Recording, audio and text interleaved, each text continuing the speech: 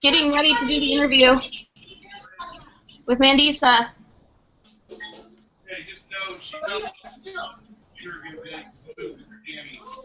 Oh, fantastic. Okay. Sorry, I'll edit that out. That's okay. um, so, I'd like to welcome everyone and uh, sorry, I haven't done this live before. We have with us today Mandisa Thomas, the founder and president of Black Nonbelievers. And what she's going to share with us today is her journey towards being the founder and president of Black Nonbelievers, as well as experiences she's had throughout her life being an out, proud Black atheist. So, Mandisa, go ahead and start letting us... Thank you for having me. How are you? Great.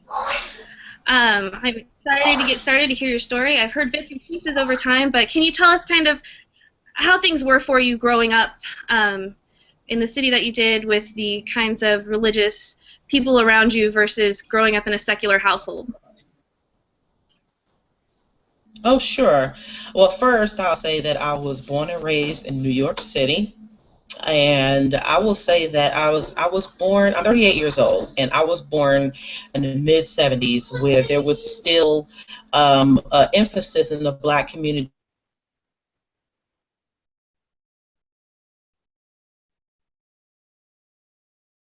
was considered a sense of an identity with an oppressor. And so that meant for a lot of people actually, and this was of my parents, rethinking their ideals or what they were raised with, especially regarding religion. So my mother made the conscious decision not to raise my brothers and me Christian in particular. Although my father's side of the family is still very religious, they're the apostolic. Sect, which is similar to being Pentecostal. I do remember going to church with my grandmother when I was younger, if I wanted to, but also I had a voice instructor that I used to sing with. I've been singing since the age of 4. And so I used to sing in various churches growing up, and I had teachers that were religious. I had peers who were religious, but I was never forced to believe in anything, or especially not any Christianity in particular, although it was all around me. Now, as I was growing up, my younger brother's father was Muslim, sort of. He was part of the 5%. The 5% sect of Islam, and so we were exposed to that a bit, as well as the Christianity that I remember experiencing when I used to sing in different churches, and the bits and pieces of when I used to sing with when I used to go to my grandmother's church.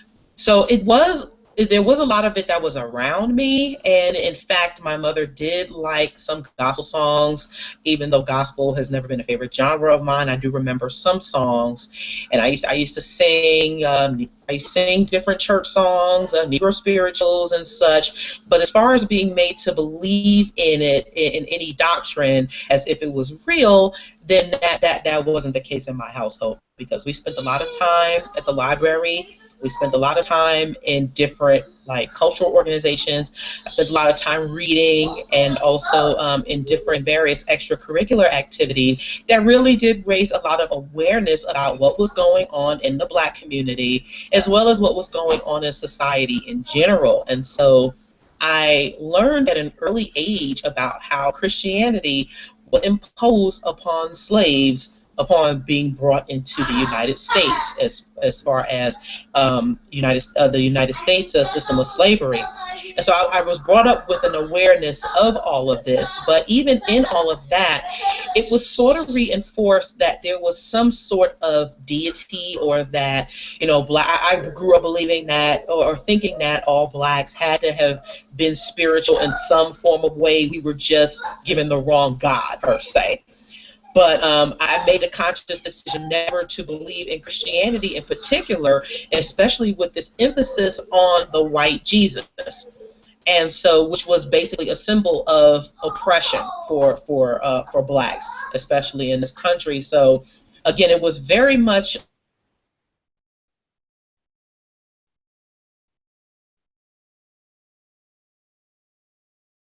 to believe, and so that was I can say that I'm very, very thankful for that upbringing. So, what prompted you to start being, I guess we'll back up a little bit. So, when did you start feeling a leaning towards atheism to basically say there is no higher power whatsoever? How did that come about for you?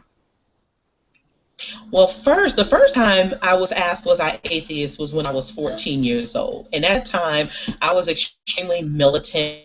I was very much, you're very outspoken about, and kind of blindly in a way, but I was very much outspoken about how most blacks were brainwashed. They were brainwashed by the white man. You're programmed into what society wants you to do, and such. And so someone asked me in high school, was I atheist? And I remember asking what that meant. And so I was told that I didn't believe, it said it means you don't believe in heaven or hell.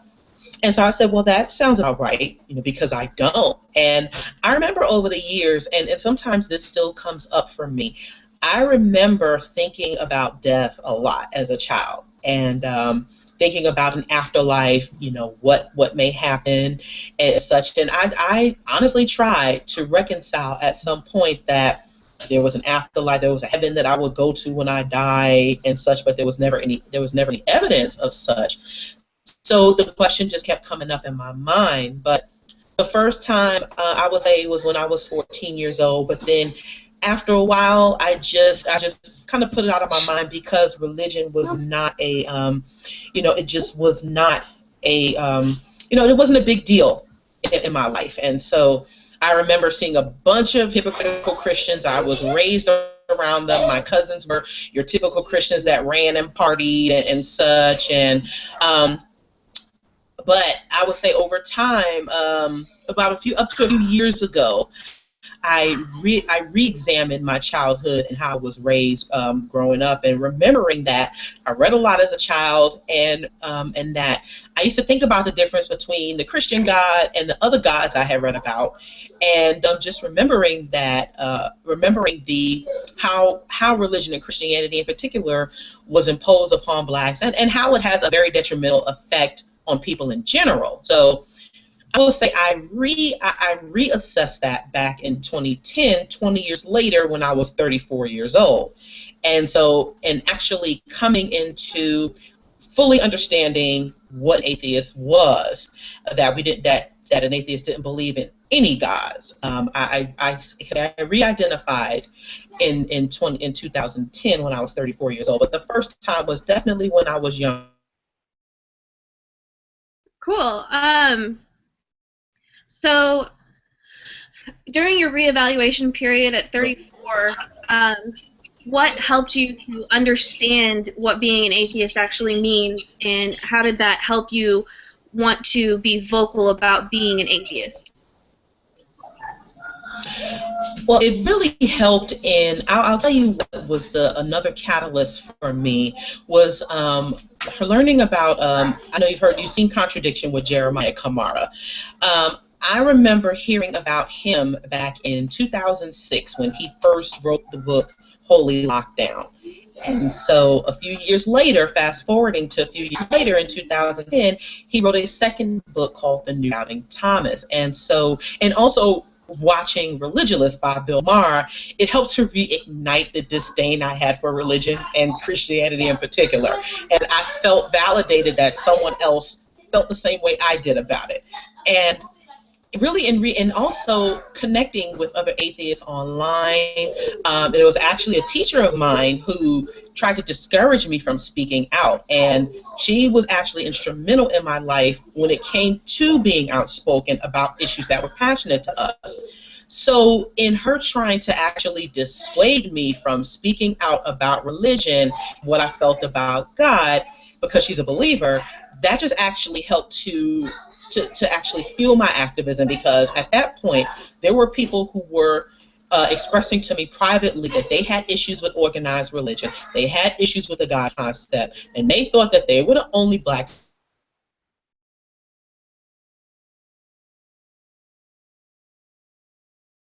and how much it is perpetuated in our community that we are all religious, that somehow we can't separate a belief in God from being black.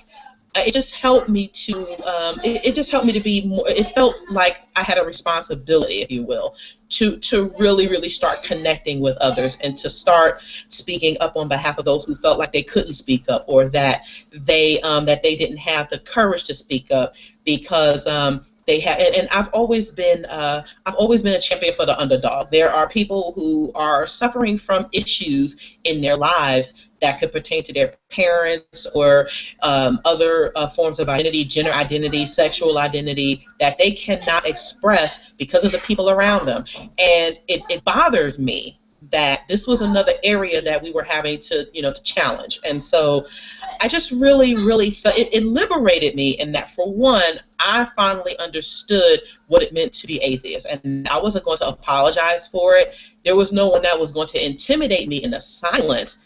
And knowing and understanding that there were others out there like me, it just became important to really find that voice. It was very liberating in finding others who felt the same way, because as I was able to find more blacks that were atheists, I was able to find others that were atheists. And I had heard of American Atheists years ago, but I was really able to do research and really able to find that there were organizations out there that were championing, that were really supportive of other atheists. But in our community, in the black community, there's still this dynamic of, well, of there being so few open atheists. And so it was just important for me I felt that it was important to just really be out there to help connect us, especially in this time where a lot of these pastors in our community are really being exposed for the not so good things that they have been doing for a long time,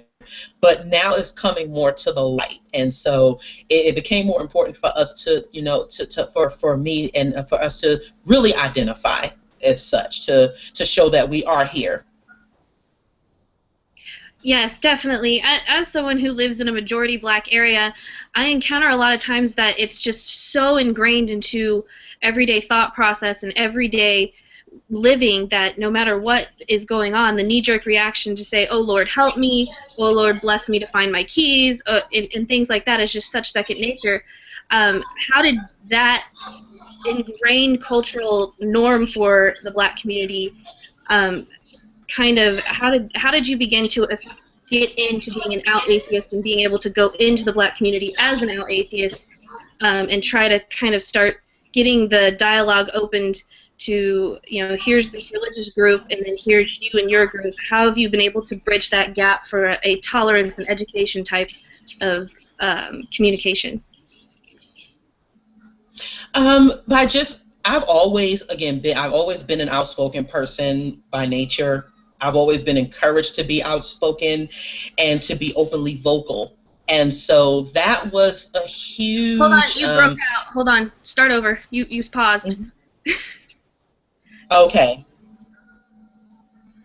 I've always been outspoken. I've always been very vocal, and so it wasn't a difficult transition for me to be outspoken about my non-belief, because while I do care about people and while I am mindful that I don't want to be disrespectful, I decided that I wasn't going to hide my stance and to just do it. I think that sometimes there isn't a good time to do it. Sometimes you just have to go out there and be direct, but to be tactful about it too is very important. So I think that in seeing all of that religion has done in general, but also how detrimental it has been to our community, really, with our thought process and how we handle things, it just became important to point that out to people. Like, hey, even you as a believer can point out some things that you don't agree with, as far as what these churches do, what these pastors do, and as far as some aspects of Christianity. And so it became important to just really be open and just to have the conversation and to just be direct about it. I just can't describe it in any other way.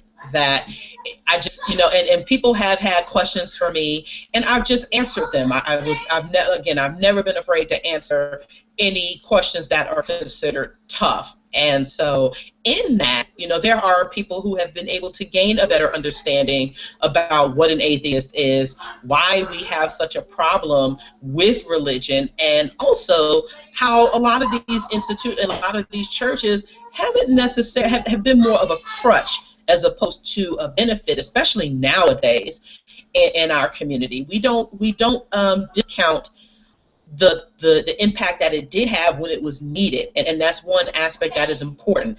We don't dismiss the influence or what the church has been able to do in a time of need. However, when you now that it is more sensationalized and it seems to be doing more harm than good, it just became important to just be blunt and speak on that. How have you been received by the Black community? Are you still kind of considered an outcast, or have you been able to really kind of make those bridges?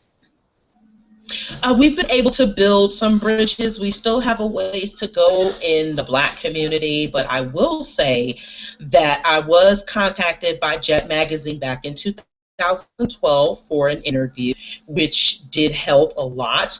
Alex Jules, who is over Black Nonbelievers of Dallas, he was interviewed by Ebony Magazine in 2011. And we actually participated in the Billboard campaign with African Americans for Humanism. And I will say that the responses have been overwhelmingly positive.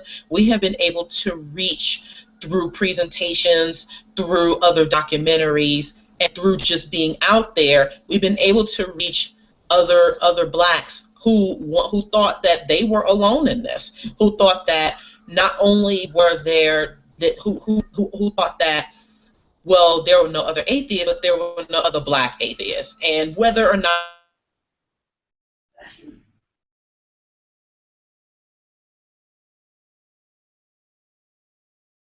as a community who share these same thoughts. When you are surrounded by a number of people that have a different opinion and they're trying to push it on you, it becomes very, very important to have that outlet. And I will say that we've been able to reach more folks, and we have more positive feedback than negative. We have the few, turn your life back to Christ or repent your sins or what have you. But overwhelmingly, it has been positive for us. That's great. I love that it's been positive. So I want to give you a minute to kind of express yourself to be able to encourage other atheists to come out of the closet, as well as try to help those who are not in the Black community understand why it's so important to encourage minorities to come out, especially those of the Black community. And okay. You can think for a minute. I'll edit out the think process. Okay.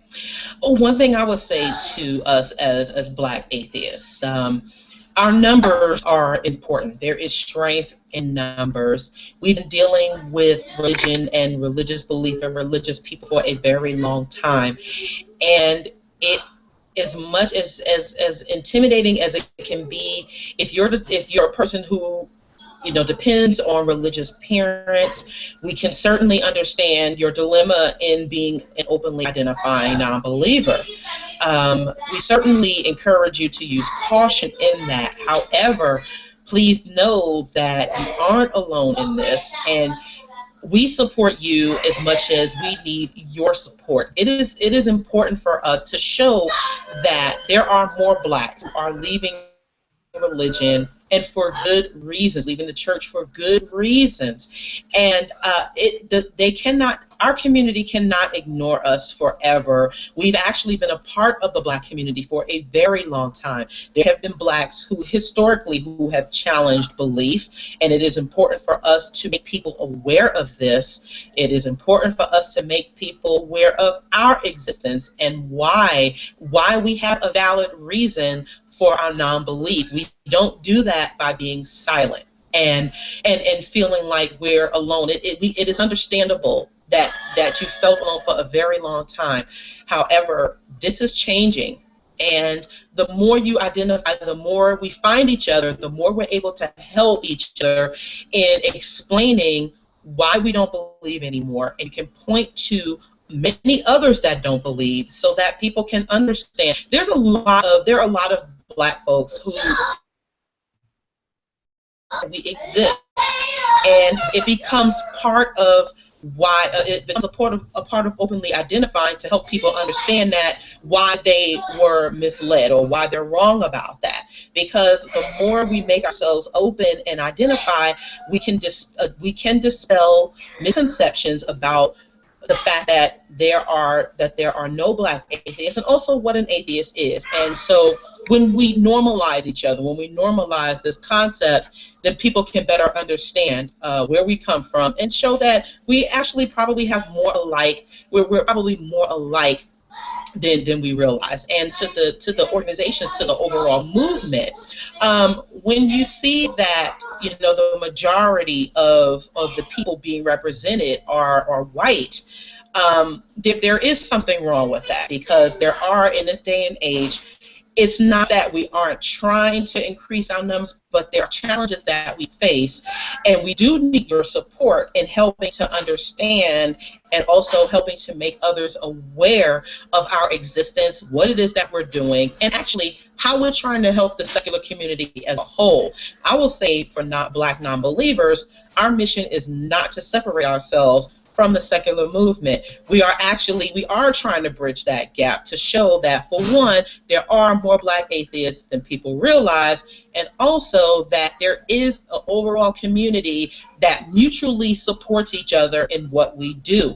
I know I can speak for myself when I say that the separation of church and state issues are very important.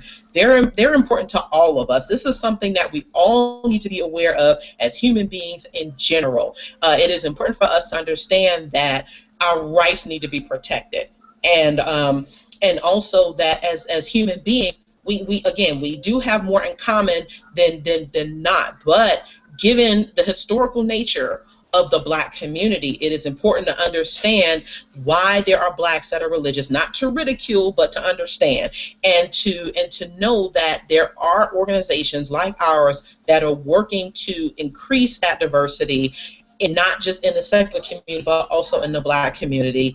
And it will be important for the overall movement to support us in that, so that we can continue to do our work, and to also help, collaborate and network and bring us all together. That is really what we are out here. What advice would you give for the everyday atheist, considering the demographics of the atheist community as it is, predominantly white, predominantly male? What would you tell them in order to include Black non-believers? I would say that to continue to point people to our organization. I won't discount the support that we have received already, because we have received a lot. Of course, we can always use more. When the subject of diversity, when the subject of race comes up, please don't shy away from it. There are things that you can speak to, but be honest about what you do and don't know. Be honest, be open to learning more. Sometimes we encounter people who want to tell us about our community and what we should do. I think that because we're in the thick of it, we're probably the best ones to explain what the issues are, but that you can help us. And it is okay if you don't know. It's okay if you've never thought about it before. I'm not going to hold that against you. But it becomes important for us to understand that belief in God is not the is not the only thing that unites our community. There are other issues that we face. There are other issues that we deal with, and that we do want to be a part of the secular community. But it becomes important to understand and to realize what challenges we face, and continue to have the conversations, continue to offer your support, continue to say, what can we do? And I will do my part, and the members of my organization, I make sure we do our part to to bridge that gap, and to do, and we show that we have a responsibility to help bring out more of us as well. So meeting us halfway on that is a start. Continuing to offer and foster that support, continuing to point people in our direction, give them information, arm yourself with information, continue to educate yourself on our issues and what it is that we're facing, even if it is something that you're not doing yourself. Or I don't try to charge people with absolutely having to be a part of that or to do that, but any support we can get, it is extremely helpful. And if you are serious about it, if you truly are dedicated to helping us, then stay dedicated, follow up. Don't just have the conversation one time and then forget about it. This must be a continuous effort, and it's not going to happen overnight, but the more we continue to work and do what we have to do, then the better it will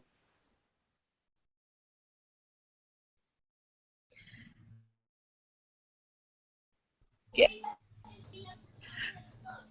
I completely agree with you on that.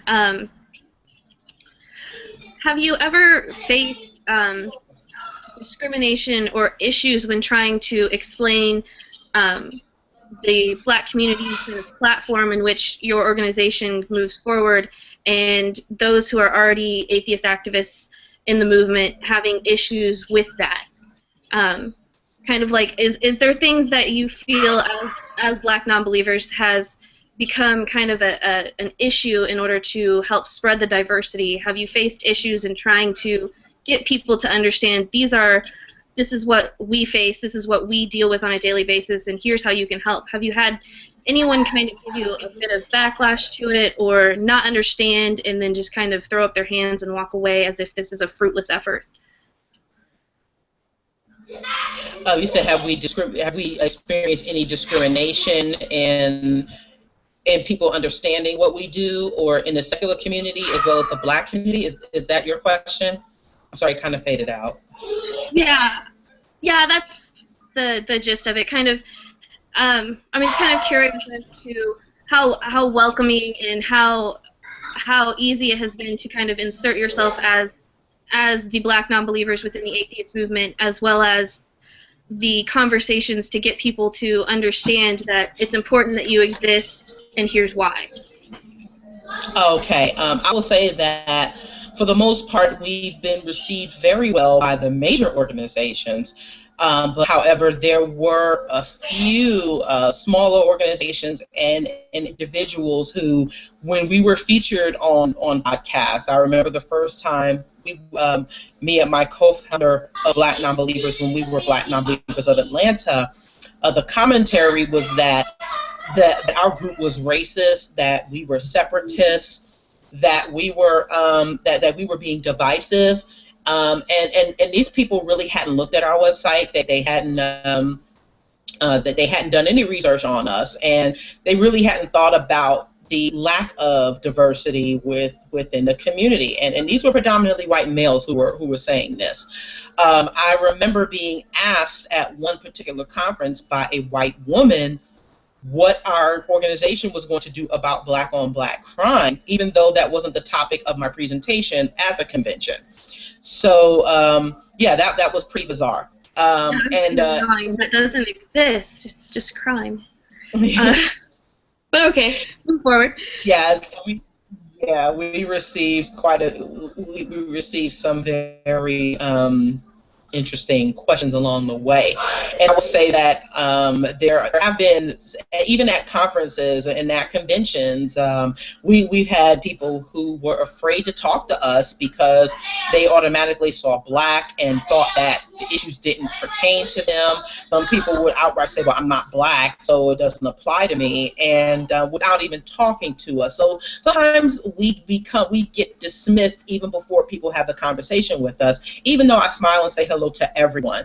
But in talking with us, I don't let that stop me, because there have been many others who were very supportive and who weren't afraid to come and talk to us, or they got over their nervousness or their apprehension, and then they were able to gain a better understanding of why we're here. So I would say, on behalf of the major organizations, although we could use a lot more coverage in certain outlets, in certain magazines and such, it's slowly but surely changing, and again, it'll just have to continue. It'll just have to continue in order for us to be, really considered a normal part of, the secular movement. But yeah, we've had some folks who just outright dismissed us as racist even before doing any research into our organization, and we've had folks who outright were just not interested in talking to us when they saw us at conferences and conventions. But so that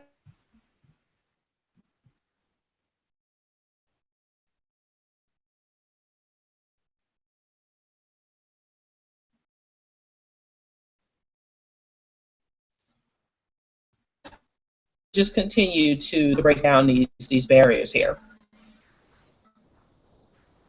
Well, I love what you guys do. The moment I first came across you guys, I was like, why didn't this exist earlier? Like, I couldn't believe it had taken that long. On top of, I had horrible white guilt going, why didn't I think that this existed at all? Like, it never even crossed my mind that it needed to exist until after you guys existed. And I felt really horrible about that, because I take civil rights very, very important. It's one of those things. I didn't think about it because it's not something I don't have to deal with it, kind of thing. Right. Mm-hmm. I don't have to deal with being it, because. So I love what you guys do. I really do. I think it's very, very important, and I definitely hope that you guys keep continuing and get more and more coverage, and that these bridges that are being built get completed and become strong within themselves, and people don't question anymore that you guys need to exist and it's important that you're here. I do want to kind of open it up to you if there is anything that you feel people need to know from you in order to come out atheist, or to help understand that, yeah, it may be difficult at first, but kind of how dealing with that, being brave, in the end became something much more beneficial to you over time. Well, yeah, I like for people to, again, visit our website. There is a contact link. Please write us. Please contact me. I am willing to talk to anyone about how I can personally come out and speak to your organization, and perhaps talk more if there are any organizations that are willing to work with us. Please point them in our direction.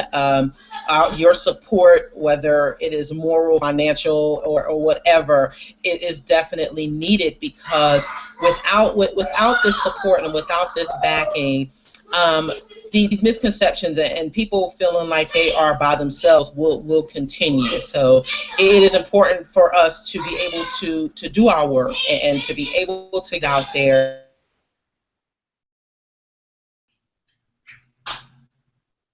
to ultimately make people aware and show that we can work together on certain projects, but and on community initiatives, and also to just be ourselves. It is important for people to understand that atheists, we have feelings too, and we become barraged by believers who who become so offended by our existence, and it's mainly out of ignorance and because they don't know. And I say it's a two-part effort. It is up to us to help dispel these misconceptions, but it will be also up to them to be willing to re-examine what it is that they believe all this time, even if they don't necessarily become non-believers. That's not what we do. So I would just implore anyone to visit our website. We are 501c3. Please make contributions. Please link me to anyone who is willing to work with us. I barely turn anything down, and so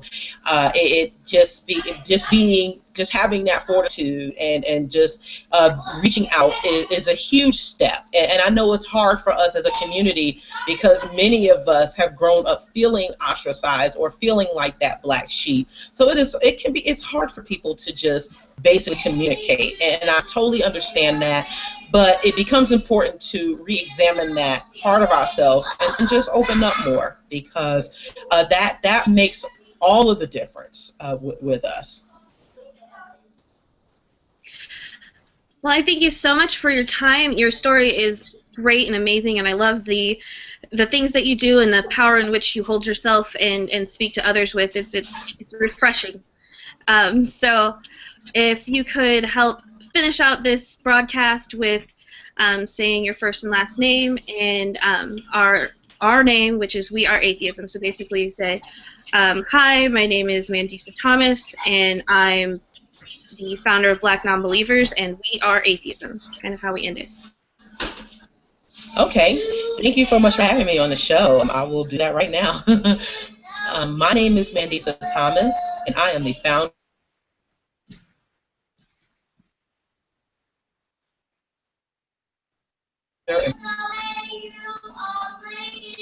Was it good? Okay, hold on, Mandisa. The child in the background is louder than you, so it's cutting you off. I'm sorry. Sorry. Whoever's talking really loud in the background is cutting you off, so your voice isn't coming out. It's theirs. I'm sorry. Say that one more time. Whoever's talking really loud in the background is cutting off your voice, so we hear them and not you. Okay, I'm going to have them be quiet for like 1 minute. Exactly. Miles and Isaiah, I'm going to need for you to be quiet for 1 minute, okay? Okay. All right, let's try. We can do it. Okay. My name is Mandisa Thomas. I am the founder and president of Black Nonbelievers Incorporated, and we are atheism.